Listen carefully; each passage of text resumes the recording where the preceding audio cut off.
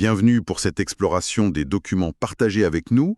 Aujourd'hui, on plonge dans un sujet très concret pour beaucoup de gens, les fuites de chaudière. Oui, un sujet qui peut sembler technique, un peu rébarbatif peut-être. C'est ça, mais en réalité, cette petite goutte d'eau qui apparaît, c'est souvent le symptôme de quelque chose de plus important. Exactement. Notre source principale, c'est un ensemble d'extraits sur les problèmes et solutions des fuites de chaudière. L'objectif, c'est de comprendre ensemble pourquoi ça fuit et quelles solutions le texte propose. Tout à fait. Parce que, soyons clairs, une fuite, c'est pas juste une flaque d'eau, c'est un signal d'alerte sur l'état de notre chauffage, non. Absolument. Et le document insiste là-dessus dès le début. La fuite, c'est le symptôme, pas la maladie elle-même, si on veut. Elle indique qu'il y a un dysfonctionnement quelque part. Et ce qui est intéressant, c'est que le texte montre bien qu'il n'y a pas une seule cause. Ah oui, d'accord. Non, ça peut être la pression, des pièces qui s'usent avec le temps ou des choses plus sournoises comme la corrosion ou le tartre. D'accord. Et un point crucial que la source souligne vraiment fort, la réaction à avoir. C'est-à-dire? Le recours à un professionnel, un chauffagiste, c'est présenté comme indispensable. Essayer de réparer soi-même, c'est souvent pas une bonne idée. D'accord, on risque d'aggraver les choses. Voilà, le diagnostic précis, la réparation sûre, c'est son métier. Très clair. Alors, allons-y. La cause numéro 1, apparemment, d'après notre source, c'est un problème de pression. Qu'est-ce qui se passe exactement? Oui, la surpression dans le circuit d'eau s'est identifiée comme un coupable très fréquent. Alors, pour comprendre, il faut savoir qu'un chauffage central, ça fonctionne en circuit fermé, avec de l'eau sous pression. Oui, Il y a un petit cadran sur la chaudière, le manomètre, qui indique cette pression. Le texte donne des chiffres et normalement, c'est entre 1 et 1,5 bar, parfois jusqu'à 2. ok. Mais si ça grimpe et que ça dépasse un certain seuil, disons autour de 2,5 bars comme c'est mentionné, Là, c'est trop. exactement, là l'installation est en danger. Et c'est là qu'intervient une pièce de sécurité essentielle, la soupape de sécurité. Ah, la fameuse soupape. C'est ça. Son rôle, c'est juste d'éviter que la pression excessive n'endommage la chaudière ou les radiateurs. Et comment elle fait ça? C'est assez simple. Elle s'ouvre automatiquement et elle laisse échapper de l'eau pour faire redescendre la pression. Ah, d'accord. Donc la fuite, c'est l'eau qui s'échappe de la soupape. Voilà. Donc, d'une certaine manière, la fuite prouve que la sécurité fonctionne. Mais surtout, elle signale que la pression est anormalement haute. C'est intéressant, ça. La fuite comme preuve de fonctionnement, mais d'un problème sous-jacent. C'est exactement ça. Mais alors, la question que soulève la source, c'est pourquoi cette pression monte et qu'est-ce qu'on fait? Ben oui, c'est la vraie question. La soupape qui fuit, c'est juste la conséquence. Le texte insiste, il faut trouver la cause de cette surpression. Et ça peut être quoi, par exemple? Ça peut être le vase d'expansion qui est défectueux, il ne joue plus son rôle d'amortisseur, ou alors le robinet de remplissage qui a été mal fermé, ça arrive, ou un autre problème. D'accord. Simplement, c'est vraiment le travail du chauffagiste. Il ne suffit pas de purger un radiateur pour faire baisser la pression. Non, il faut trouver la cause première. Voilà. Toucher au réglage sans savoir, ça peut même être dangereux. Compris.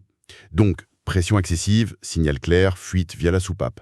Mais la source parle aussi de problèmes plus discrets qui s'installent dans le temps. L'usure des composants. Oui, c'est l'autre grande catégorie de causes. Et là, on est plus sur le vieillissement normal de l'installation, l'usure progressive. D'accord. Une chaudière, un circuit de chauffage, c'est plein de pièces assemblées, des tuyaux, des raccords, des vannes, une pompe. Oui. Et surtout, des joints partout pour que ce soit étanche. Avec le temps, la chaleur, le froid, les vibrations, tout ça travaille. Les joints, qui sont souvent en caoutchouc ou en fibre, ils peuvent sécher, perdre leur élasticité, se craqueler. Logique. Et même les parties métalliques, les raccords filetés, les soudures, peuvent finir par avoir des micro-fissures à force. Ok. Et ce que le texte souligne bien, c'est que c'est souvent très insidieux au début. Ça ne commence pas par une inondation, quoi. Non. Non, la source parle d'une simple goutte qui perdure au niveau d'un raccord. Juste un petit suintement régulier. Ah oui, la petite goutte qu'on remarque à peine au début. Exactement, celle qu'on pourrait être tenté d'ignorer. Oui, on se dit, bon, c'est juste une goutte. Mais j'imagine que ce n'est pas le conseil de la source. Ah, pas du tout. Ignorer ce goutte à goutte, c'est risquer que la fissure s'agrandisse ou que le joint lâche complètement. Et là, c'est la catastrophe. Oui, Là, ça peut faire de vrais dégâts des eaux. Et même une petite fuite, ça fait baisser la pression dans le circuit, donc le chauffage peut mal fonctionner, voire se mettre en sécurité. D'accord. Donc là encore, face à ce suitement même minime, le réflexe recommandé, appelez le pro. Oui. Parce que trouver exactement d'où ça vient dans tout ce réseau de tuyaux et de joints, ce n'est pas toujours évident. Est-ce que c'est ce joint-là ou le raccord juste à côté? Il faut l'œil de l'expert. Oui, et parfois des outils spécifiques. Le chauffagiste va localiser la fuite et surtout remplacer la pièce correctement, avec la bonne pièce pour que ça tienne. C'est vrai que vu de près, une chaudière, c'est assez complexe. Bon, on a la pression, l'usure, deux causes majeures, mais vous avez parlé tout à l'heure d'un truc qui m'intrigue, les ennemis internes. Ah oui. Le calcaire, la corrosion. Le texte en parle aussi. Comment est-ce que des trucs dans l'eau ou des réactions chimiques peuvent provoquer une fuite? Ça paraît moins direct. Et pourtant, c'est une cause de dégradation à long terme très importante.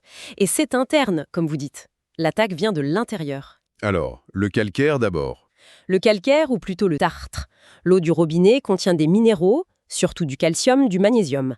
Quand on chauffe cette eau, ces minéraux forment des dépôts solides. Comme dans une bouilloire? Exactement pareil. Ce tartre se dépose sur les parois des tuyaux et surtout là où c'est très chaud, comme l'échangeur thermique. Et alors? Premier effet, ça isole.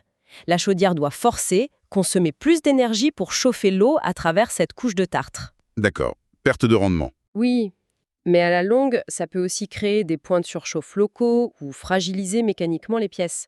Le métal travaille moins bien. Ok pour le tartre. Et la corrosion alors? C'est quoi le mécanisme? La corrosion, c'est une attaque chimique ou électrochimique du métal. Dans une chaudière, il y a de l'eau, de l'oxygène dissous, parfois un pH pas idéal. Et souvent différents métaux ensemble, acier, cuivre, alu.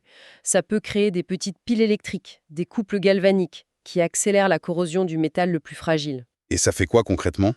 Ça ronge le métal, littéralement. Ça peut faire des petits trous, des piqûres ou amincir la paroi jusqu'à ce qu'elle perce. Ah oui, carrément. Oui, que ce soit un tuyau, un radiateur ou même le corps de chauffe de la chaudière. D'accord. Et le texte insiste bien, ces deux phénomènes, tartre et corrosion, ils sont lents, silencieux, on ne voit rien pendant longtemps. On s'en rend compte quand c'est trop tard, quand ça fuit. Souvent, oui. La fuite est le signe que la dégradation est déjà bien avancée. Et les conséquences, comme dit la source, c'est pas juste la fuite. C'est aussi la performance. Oui, baisse de rendement énergétique, on chauffe moins bien et ça coûte plus cher.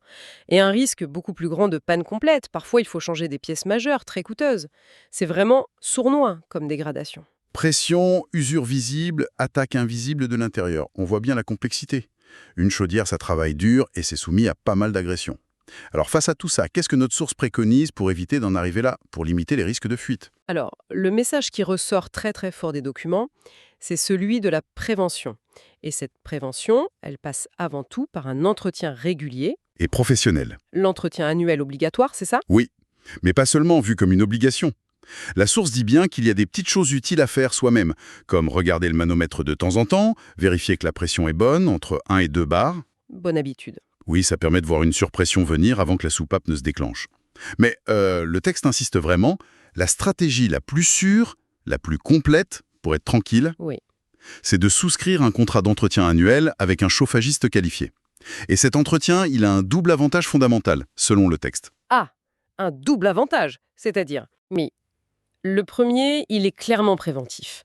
Quand le pro vient chaque année, il ne fait pas juste un « coucou, ça marche ». Non, il vérifie en détail. Exactement. Il inspecte méthodiquement les points clés. L'état des joints, les raccords, il cherche les signes de corrosion de tartre, il teste les sécurités, la soupape, le vase d'expansion. Et grâce à son expérience, il peut repérer une pièce qui commence à fatiguer, un joint qui faiblit, une accumulation de tartre ou de boue qui va poser problème. Il anticipe la panne. Voilà, en détectant ces faiblesses, il peut proposer de remplacer la pièce avant qu'elle ne lâche et provoque la fuite ou la panne. C'est vraiment une logique d'anticipation. Ce qui évite les dépannages d'urgence souvent plus chers. Et plus stressant. Oui, c'est ça. On investit un peu dans l'entretien pour éviter potentiellement beaucoup plus en réparation et en dégâts. Logique. Ça, c'est l'aspect prévention. Et le deuxième avantage de cet entretien annuel? Le deuxième, on pourrait dire que c'est l'entretien de performance et de préservation. C'est-à-dire? En plus de l'inspection, l'entretien comprend le nettoyage et les réglages. Le chauffagiste nettoie le brûleur, le corps de chauffe, ça enlève la suie, les résidus. Pour une meilleure combustion? Oui, une combustion optimale, donc un meilleur rendement.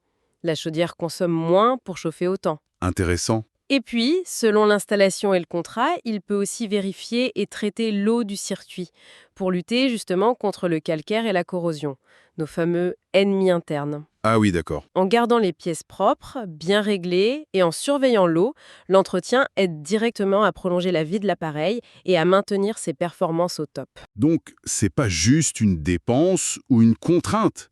Non, la source le présente vraiment comme une action proactive pour la santé de la chaudière, son efficacité, sa durée de vie.